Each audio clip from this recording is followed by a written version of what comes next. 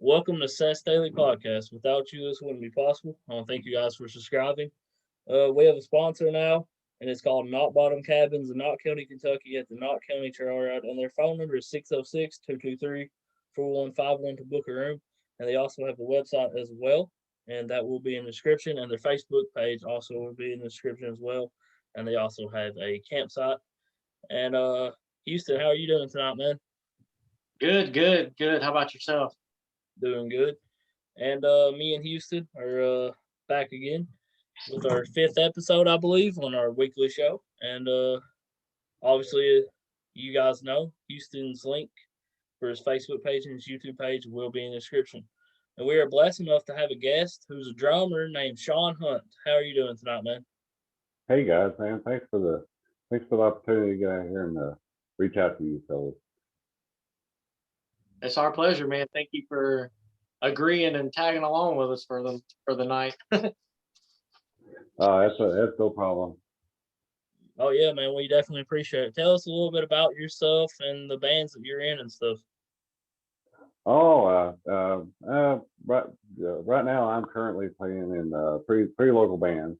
I play for my main band is Montgomery and the Phoenix Holding Company. We've been together a few years now, and we do all our own original material. And yeah, we've been blessed enough to play a lot of places, do a lot of things, and it's been great. Here lately, been playing also with Halo Music, Hayden Newman. Uh, we did a show last night actually with her and Montgomery and the Phoenix Holding Company at the Appalachian Center for the Arts in Pikeville, and that turned out had a great show. Several local musicians, honored us with their presences, and it was fantastic. And Haley's a young talent coming up right now. She's doing fantastic things, writing original songs plus doing covers. Plus doing pop country. She's awesome. Now also I'm working on a third project right now with a couple of the I guess you say the some of the mainstay musicians here in the local area, a band called the Moondogs. We're getting ready to take that on the road, and that's a little bit more high energy than what I do with Montgomery, the Phoenix Holding Company. Kind of more of a rock and roll direction, but we're doing some things. Nice to see the local scene starting to light up again. Fantastic, and what's great, a couple of shows we've had the last couple of weeks. We played the Sith Theater in Paintsville a couple of weeks ago. Appalachian Center for the Arts last night. We've had some really high caliber local musicians come and check out our show, which is humbling to us. It's really, and we try to get out and support these guys.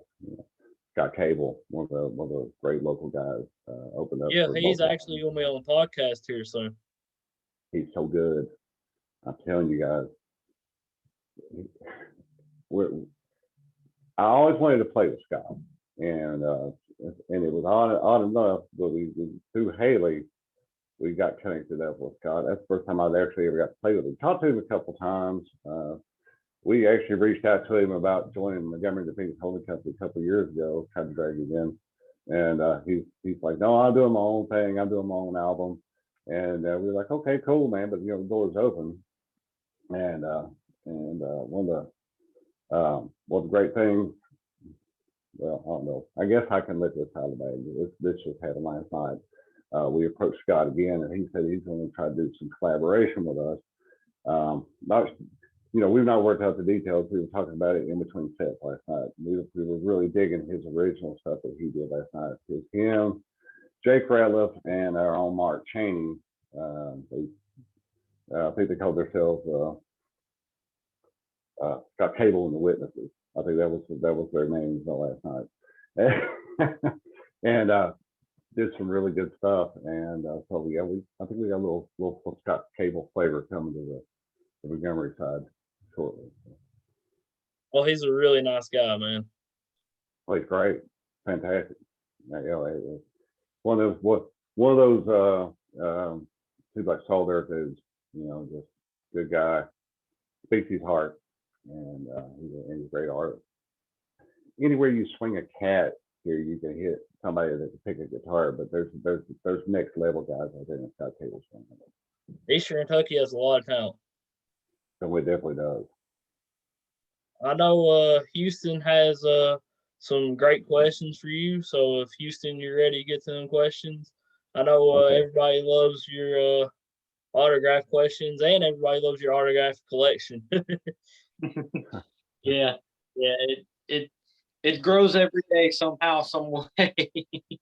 But obviously, I'm a big autograph collector, as you can see behind me, and that's just probably like a fourth of what I have. But I always enjoy asking people who are in the spotlight in some shape, form, or fashion about their autograph experiences, because we, as collectors or people just enjoy you, your music, or what you do, we ask you for your autograph. So it's to get the people's perspective, they get asked for their autograph. I asked the same three questions to everybody. It's just three questions meant to be fun, lighthearted. The first question is there anything that you can think of that you signed or autographed that you would say is out of the ordinary or unusual to you that you could think of? No, not that I can think of. Our crowd is kind of a little tamer. I've heard some tales of some guys out there doing some weird things and finding some weird items, body parts, things like that. One of the best autograph stories that I had ever heard was Bruce Campbell, the Evil Dead movies. Everybody knows Bruce Campbell.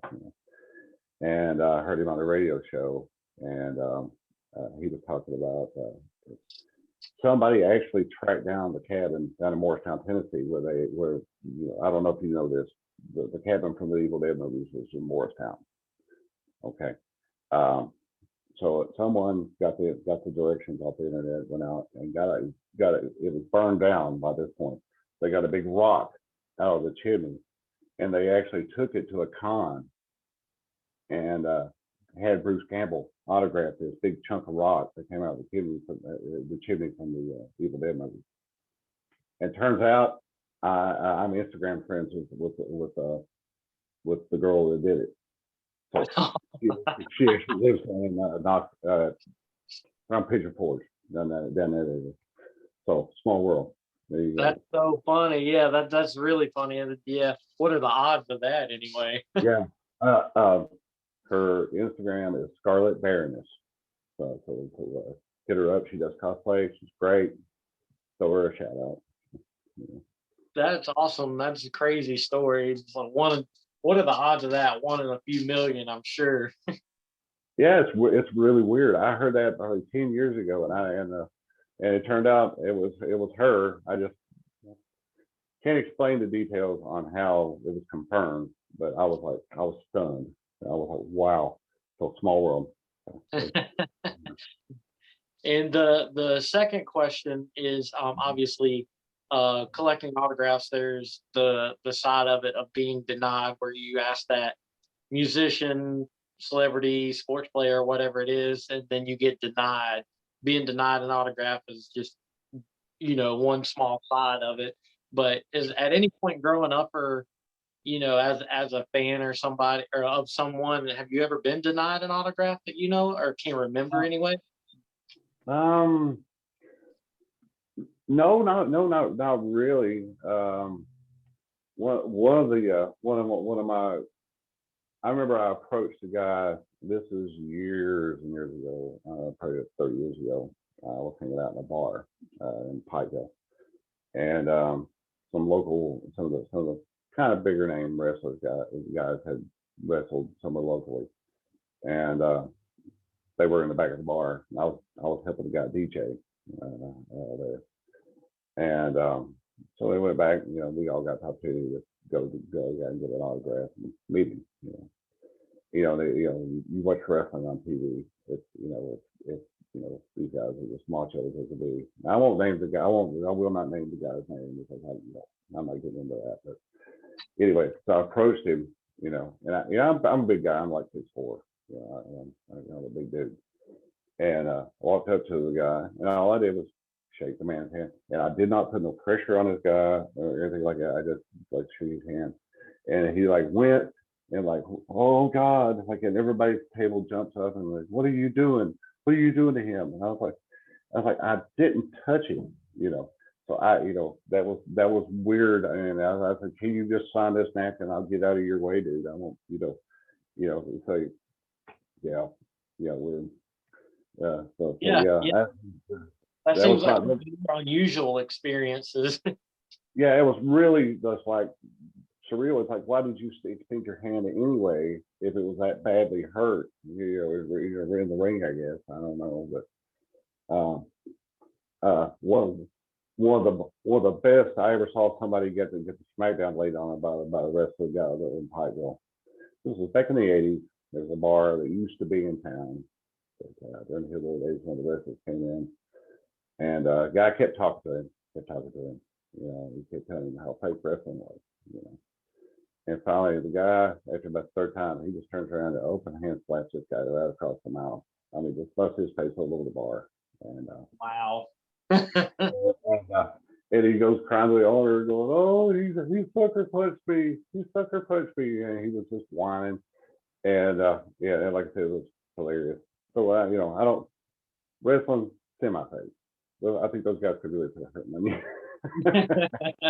Yeah, I definitely understand where you're coming from on that one. And the third and final question is my favorite to ask. If you could have just one person's autograph, dead or alive, whose would it be? Ooh, that's a tough one right there. Personalized to me,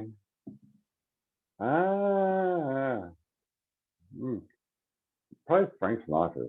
I would love to have a personalized Frank Sinatra autograph. That would have been awesome. I've got a few. I got a few. That I'm not really a collector of autographs, but I've got a few like signed 8x10s from some cons and stuff like that. And they're all neat because they all got like a memory attached to them. It's sentimental more than anything. It's not monetary.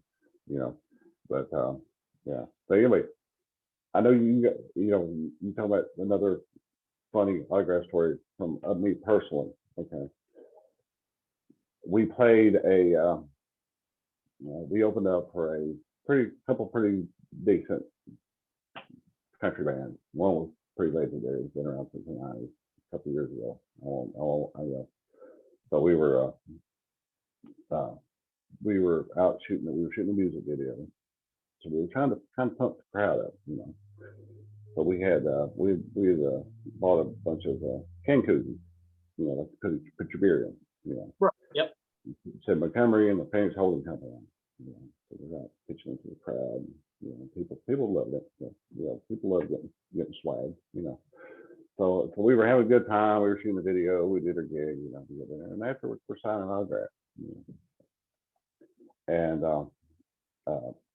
anyway, our bassist, Mark Chaney, he loved that kid. He's great. He's a mirrored image.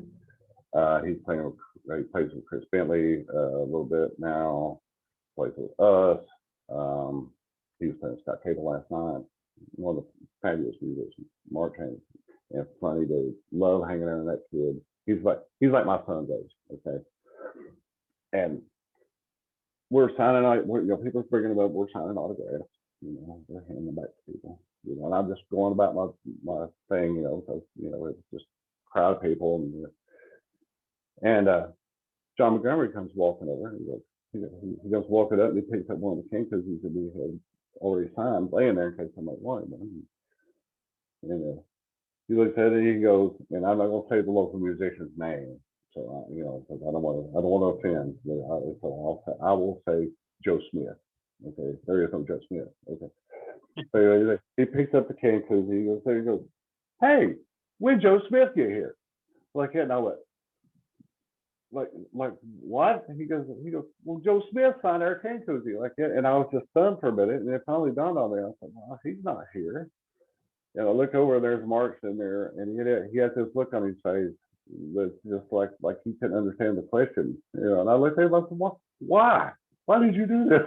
And he was like, oh, I don't know. So, there's a lot of people walk around a town that think they've got that guy's autograph on one of our can koozies, but it's turned out it's a forgery. It's Mark Cheney. Yeah. That's so funny. I love that. That's awesome. Yeah, stupid stuff happens. Yeah, you got to have a little fun with it every now and then. Oh yeah. What about that Steelers flag, man? Oh yeah, man. I've been a Steelers fan since the 70s. My first recollection of football was my aunt and uncle were. Did you like last year's game against Cleveland? That's fun, but I mean, I do. Come on. Would you give a team three touchdowns? I'm a Browns fan. Oh man, hey, kudos to them, man. It was a long time coming. It really was, and no hate towards the little brothers of the AFC, But yeah, my recollection of football, the first time my aunt and uncle bought me a Terry Bradshaw jersey for Christmas when I was a little kid. That's how old I am. Okay, I'll be 53 in June, and so it's I grew up. My first recollection of football was the Steelers, and those 4 Super Bowls in the 70s, and they had some rough lean years there in the 80s, and so hats off to Cleveland for finally turning that franchise around. Finally, yeah. About time. Definitely. Houston, you're a Panthers fan, ain't you? Yeah. The good thing about being a Panthers fan is I'm always disappointed. So that's tough, man. Got a good running back though. Yeah. Christian McCaffrey. Yeah, he's the definitely the highlight of the team, and they made a bunch of off-season moves. They signed Teddy Bridgewater to a 1-year deal. He played all of last year, and then they traded him and traded for Sam Darnold from the Jets. And I think Sam Darnold's a really, really good quarterback. He just never had the weapons around to do anything. So we'll see what he can do with the Panthers, and it can't be any worse than what Cam Newton and Teddy Bridgewater did. So I guess the go from here is up. Yeah. Yeah. They looked so promising there a few years ago. They looked like a team on the definite upswing, and it was like they just kind of floundered a little. I don't know. Yeah, 2015 they I think they went 16-1. They went 15-0 and then lost, or 15-1, and then they lost in the Super Bowl and just got absolutely murdered by the Broncos, and that was about as disappointing as it gets as a Carolina fan, because they're so mediocre to not that great every year. For them to go 15-0 and then losing the Super Bowl, it was pretty hard. It's catastrophic. It's demoralizing. I get it. Look at the Steelers went 11-0 last season, and then we know what happened. Yeah, and I believe a lot of people on ESPN were saying that they were like the worst 11-0 team ever and that kind of thing, and I don't necessarily believe that. I think that they had what they needed, and they were a really good team. It's just I'm not sure what happened to them, but some of their defensive players got hurt. Yeah, Bud Dupree went out with that ACL, and they were a different team after that. Yeah, so that's how it goes. But they're looking. It's hard to say every year. The Steelers, they come out. You think they're going to be good? They kind of admire mediocrity, and you think they're going to be mediocre. They'll rip off an 11-0 season on you. You beat the team put in front of you on Sunday. Yeah. So at the end of the day, what when you say 11-0 is 11-0. And And but yeah, but I guess you say the test of the metal was the playoffs, and Cleveland spanked them good. So maybe a little humility goes a long way. So. It absolutely does, definitely. We finally won a playoff game after, I believe, since 2002 was the last playoff game we won. No, Yeah, 2002 was the last playoff game we was in. And it right. was like the 90s since we won a playoff game. So we finally won a playoff game, and Cleveland's looking good. Pittsburgh's always going to be good, man. I remember the drive. I was watching that game and it was sad to see. It seemed like that one game just totally demoralized that franchise for a long time. And it's nice to at least shake the curse. And that's good. Even Yeah. if it did come to Steelers' expense. Yeah, man, the Steelers will be back good this year. But back to your drumming, man. How long have you been a drummer? I'll be 53 next year. After I went, or maybe a couple weeks ago, not next year. I started playing when I was 11, and been playing, pretty much ever since. They lay down for a little while, when I was playing in my late 20s or something like that. Picked it back up, and really just like been trying to stay active, trying to stay going. And the last few years, I got the opportunity to play in some really cool places, and it's really worked out. And I'm just pushing the envelope, just want to do this as long as I can do it. Get out and hit the road, do some stuff while I'm still able to play I think it's a decent level, and I'm getting to do some cool stuff, meet some really cool local, like really good musicians, collaborate with some stuff. Um, the Montgomery and the Phoenix Holding Company single we released back in February, we actually got some collaboration out of a couple of local musicians. One of them being Natalie Tomlinson, who's she's played fiddle everywhere. She's fantastic. Uh, and she laid down a violin track on there, and we to me that was the most smuggler track we've done. I don't know if you guys got an opportunity to check it out or not, but trying to go harder, trying to go bigger, trying to I'm gonna push this thing till I can't play anymore, and that's just how it is. Uh, Got as the real saying goes, you got to make hay while the sun's shining. And we're just out right now. The sun's starting to come up on the local music scene, and it can't be soon enough. Because I know a lot of musicians especially during the pandemic around here. That was a lot of their livelihood was like taken away from them because there was no local music. There's a very small scene in this area anyway, and it took all that away, and it's nice to see some guys actually out making a living again and starting to breathe a little, and it's great. And yeah, we got things coming up. Like I said, the new project I'm working on, the Moondogs. You guys have some upcoming shows? Actually, the Moondogs will be playing Clarissa's in Pikeville on the 28th May. So come over, check it out. I got to go to my daughter's graduation that night, but as soon as that's over with, I'll be running over there, and we'll be kicking things off. It'll be great. A lot of fun, high energy. Come out and support the local music. You got any more other shows coming up with your other bands as well? Right now we're working on a couple of dates here locally. I think we've got one committed that's somewhere in Whitesburg here in the next few days. I don't have an exact date on that with Montgomery and Phoenix Holding Company. I know we're booked at Twisted Cork in Lexington in November. I forget the date on that, but hit our Facebook. We have an Instagram, we have a Twitter. That's Montgomery and Phoenix Holding Company. Just Google it, look it up. Give us a like on Facebook. We need all the likes we can get. Also, the Moondogs. We got an Instagram account out there. It's Moondog Band. Moon Dogs Band.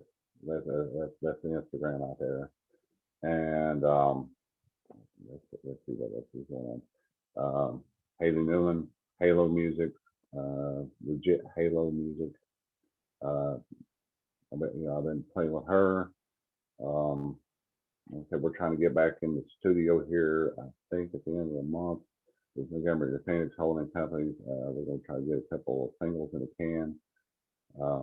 And right now we're also Montgomery the Phoenix Holding Company. We're working on a music video. So things just like once you get going, you just hang on. So. Yep. I just got one more question for you, and then we'll. Sure. I just got one more question for you, and I don't know if Houston, you got any questions for him? Oh, I've just got one with being a drummer, because they're kind of not in the forefront of things like a lead singer or the lead guitarist, and you're just kind of in the back. But obviously the drums are just as important as anything else, and they kind of hold things together, on stage, just almost more importantly than other instruments. Is there somebody that was like an inspiration to you, or did you just kind of pick up the drums and say, hey, I kind of like this? Or where you're like, growing up, you're like, oh man, this guy, the drums for this band is pretty great. I wish I could be like that one day, kind of thing. It's okay. I don't know how you guys are on time, but if I'm running long, tell me. But Oh no, it's fine. Okay. How I started playing drums was interesting enough. Anyway, I was 11 years old. I was a real shy kid. I was, my father was assistant pastor at the church, and it was a Pentecostal church. Oh, here in Knox County? No. It was actually in West Virginia. But I thought you said HIPAA passes. Oh, okay. No, it's over. No, but like I said, my dad was an assistant pastor. The pastor's son was the normal drummer at the church, and he got sick. And the guy who was their normal backup, he was out somewhere, and nobody to play drums for service that night. And I remember my father, who was an ex-Marine. He was tough. He was a tough guy. He looked at me and my brother, who was 2 years younger than I. He said, "Either way, you boys play drums." We hung around the guys that played, but we didn't. And my little brother said, "I can play." He's like that, I was like, "Oh, good." So he goes up there. He goes up there. They play through the first song, and he didn't good. No. So my dad looked at him and went like this. He looked dead at him and went like this. Like, you get over here and sit down.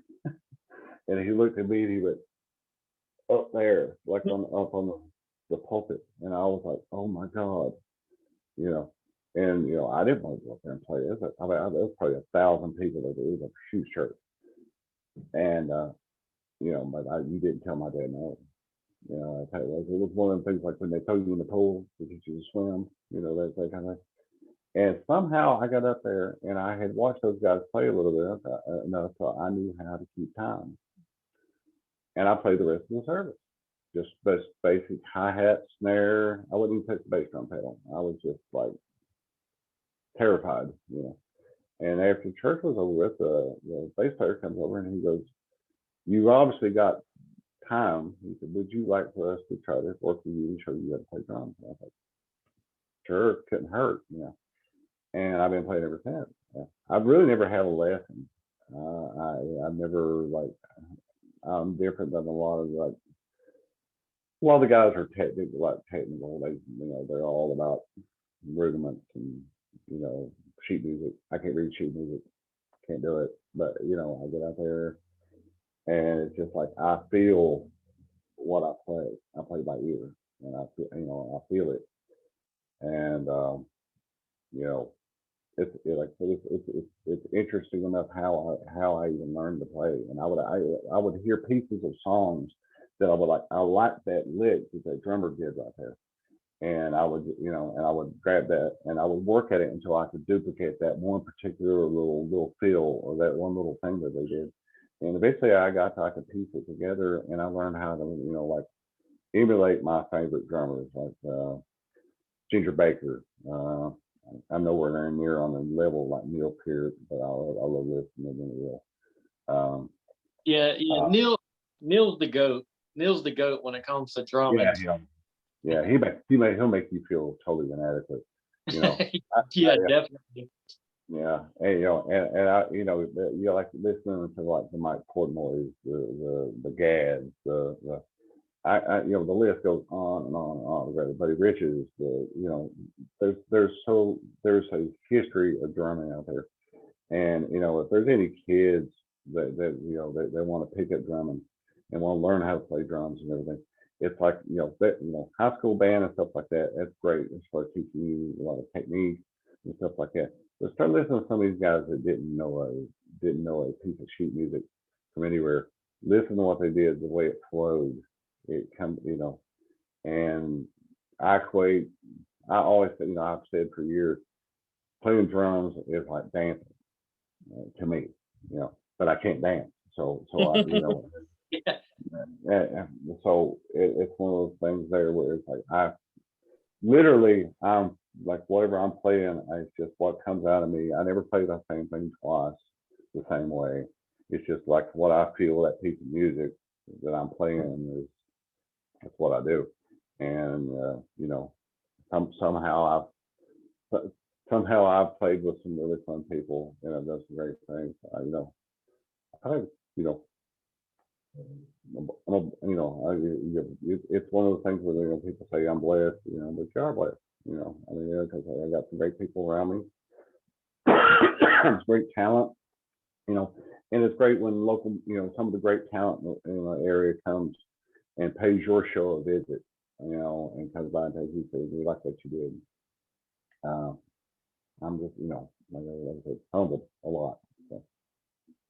It's funny you say that you kind of got started in church because growing up I lived in a trailer park and there was about eight somewhere between 8 to 10 of us boys that lived in that trailer park, and one of my friends, he had gotten a drum set and was taking lessons Mm-hmm. somewhere in the area, and we would go over to his house, and me and my brother would be over there, and it's just one of those things. It's like, oh, cool, you got a drum set? I want to play. And so every time we go over there, I'd play, and he would like teach me a little bit, like snare on 2 and 4, bass on 1 and 3, and Mm-hmm. then the church that I grew up in, their drummer had a issue where he had to leave the church for like 6 months or something like that, and so they were talking like we're looking for a drummer and this kind of thing. And at this time, nobody really knew that I had been, kind of learning from my friend a little bit. So they're like, is there anybody that knows how to play here? And of course, I didn't say anything. And they were like, well, we'll see if we can find one. And then one of the services, a bunch of kids from the trailer park we grew up in went with us. And they said something about the drummer again. And I thought for sure my friend was going to be like, I can do it. But no, he points to me and he was like, this guy knows a little bit. And so after church, they're like, would you mind just playing just a little bit? So I did like a quarter note, 8 note kind of thing, just the basics or whatever. And they're like, if you can do that, we're good here. And then it kind of snowballed after that. And then my parents bought me, I'll never forget it. It was a diamond drum set that was metallic blue. And much like you said, it is so funny you said that because it kind of resonated with me when you said you heard a part in a song and you're like, I'm going to kind of stick with this and play it until I get it right.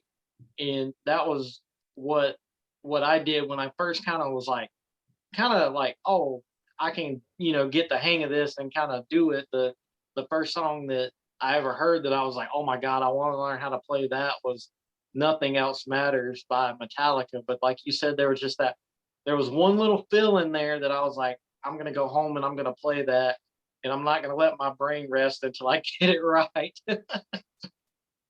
Yeah.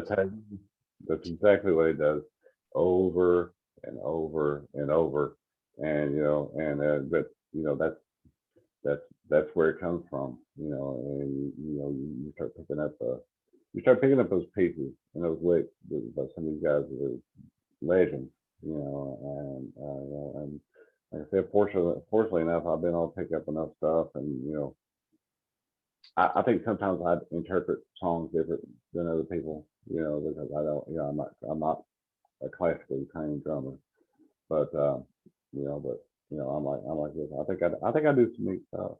I like having fun with percussion. It's just it's one of them things where it's like playing drums is, I don't know. I don't even know quite how It's your I don't know vice. quite. I'm sorry. It's your vice. Yeah, yeah, yeah, yeah. It's like I said, it's a whole different experience, So yeah, encourage these kids to out here and learn from the great guys, you know, and you take things and incorporate it in your style, and be true to yourself as a musician. That's the message, I guess. I have to say. That's Who's one of my actually favorite things about music is somebody taking something and then making it their own. And that's Mhm. what really makes music unique, because you can hear the same note, the same riff, or the same verse in a but it can be 1,000 different ways, and how that person makes it their own is what I think is one of the great things about music, because it can, like you said, it can be interpreted a lot of different ways, and then you put your own spin on it really makes things interesting. My advice to especially like a lot of these people out here, they're worried about keeping the kids off drugs and off the streets and out of trouble, and it's like give your kid the opportunity to pick up a guitar, to play with his drums, you know, spend that little bit of time, give them a shot. Maybe they suck at it, they'll put it down, they won't pick it back up again, but at least they have the chance, you know. Um, and that's I can't think of anything more positive than you can do for a child. It's almost it's music is a mental discipline. I've said for a long time that, playing music is almost like I liken it to a mental discipline, like the martial arts. You know, you have to be dedicated to precision movements. And it's up here. And yeah, you want to make your kids sharp. Make a musician out of them. They're better at math, problem solving. Great. who's actually your favorite singer like growing? This is my last question, and then we'll let you Oh, start playing. Oh, I also got another question for you. Tuesday and Wednesday, I'm gonna have Tuesday or Wednesday, I'm gonna have Scott Cable on, and he's gonna uh-huh. sing. So it'd be really cool to have him sing, and then you play drums at the same time. It'd be awesome, man. If you would be up down for that. I don't know if that'll work through Zoom, but I guess we could try it. We'll give it a whirl. I got a cajon over here. So, yeah. So who was your favorite singer or band growing up? Oh, that's, oh God, that's tough right there. Um, I'm a huge fan of like Cream. Um, I like Ginger Baker a lot. I'm a huge fan of the Cult, band out of England. Sorry. Um, um, Gosh, who else? Um, God, there's several. It's just like so many bands come to my mind. Oh. Um, I'm sorry. Got a scratch. Um, um, hmm. Always like Steve Perry from Journey. I always thought he was great. Uh, Robert Plant, obviously, love playing. His day was just fantastic. Um, and that's got, hmm, that's tough. That's tough right there. 'Cause I always liked James LeBrie from Dream Theater. I always thought he was great. Like I said, list goes on and on. It just does. Then you got, like you got guys that just do weird stuff. Perry Farrell, James Addiction, stuff like that. Love those guys. Um, you know, people, like the band Nightwish. That's a band that I love. It's like Finnish goth metal, fantastic, operatic, good stuff. So yeah, list goes on and on. Are you ready to play for us? I don't know exactly like what I could play, but I yeah, I can bang around for a second or two or something like that if you guys want to. I don't know how this is going to translate on my What microphone. what's your favorite song? You can play whatever your favorite song is, like growing up stuff. Well, I'll probably just play that do a little thing around the kid or whatever. I'll play for just a few seconds. I won't bore everybody, but like I said, come out and see us live. That's when it's the funnest. I get to around this kid and do some fun stuff. Me and our guitar player Kevin Cole, my best buddy for the last 30 years. One of the best guitar players in this area. I think we work. All of us get up there. Like I said, Kevin and I have been playing together the longest, and yeah, we just get up there and we just have a time. It's great. We've had such a good time. But yeah, let me see if I can let me move this camera back a little bit, and we'll see if this is not too noisy for everybody. Okay. Can you still hear me? Yes, sir. Okay.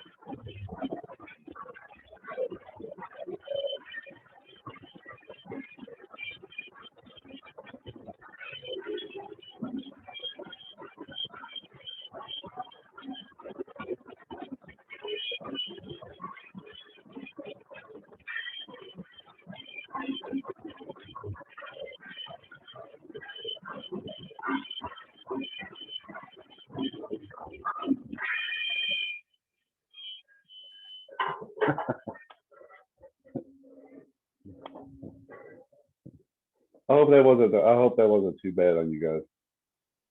Oh man, it was good. Was it garbled? No, it was good. Okay, good. But anyway, yeah, like I said, I'll fool around a little bit, and do some stuff. Yeah.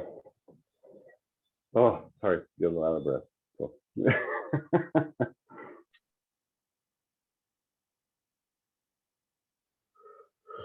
Yeah, man, we want to thank you for playing for us, man. Well, yeah, I appreciate you guys giving some airtime. Let me get the message out there. Some of the music that's out there. Go out and support the local music scene. There's a ton of local guys out here that really need they need the juice. Whatever your town is, go out, stay for a set. You don't have to stay all night. Just show up. Give these guys a little love. Drop $1 or $2 in the tip jar. So they can keep doing what they're doing. Houston, I know you got a huge interview coming out Tuesday. You don't have to say who you're interviewing, but tell the people a little bit about that interview. Oh yeah, I dropped the name on my other show earlier, and that interview is going to be uploaded this Tuesday at 7 p.m. Eastern Standard Time. I was lucky, or I say lucky enough, but I reached out to Mike Goldberg, former UFC commentator, ESPN commentator with Bellator, up until a couple of weeks ago, commentator as a big UFC fan and a bare knuckle boxing fan and the mixed martial arts scene. It was such a honor to talk to him and a pleasure to talk to him. And it's always nice when people of his stature take the time to talk to somebody like me, if that makes sense. So that was a fun one. Super cool guy. He lets go of all his catchphrases during the interview, so you'll get to hear all of his this, and it was a fun one. That'll be on YouTube at 7 p.m. on this coming Tuesday. And the link to his channel to watch that video will be in the description, man. I can't wait to hear Mike Goldberg say it's all over. Does he say that in it? Yeah, he does. He does, and he uses he uses it in the perfect context, and I think it'll be exciting if he can use it in that context one day for all of us. Yeah, man. Hey, we definitely need him in sports, man, because he's one of the best commentators out there. Definitely. I want to thank Chasing the Graph for doing this weekly show with me, and definitely subscribe and like his Facebook page and subscribe to his YouTube. I want to thank Shawn Hunt for being on as well. And you guys have a good night, and God bless.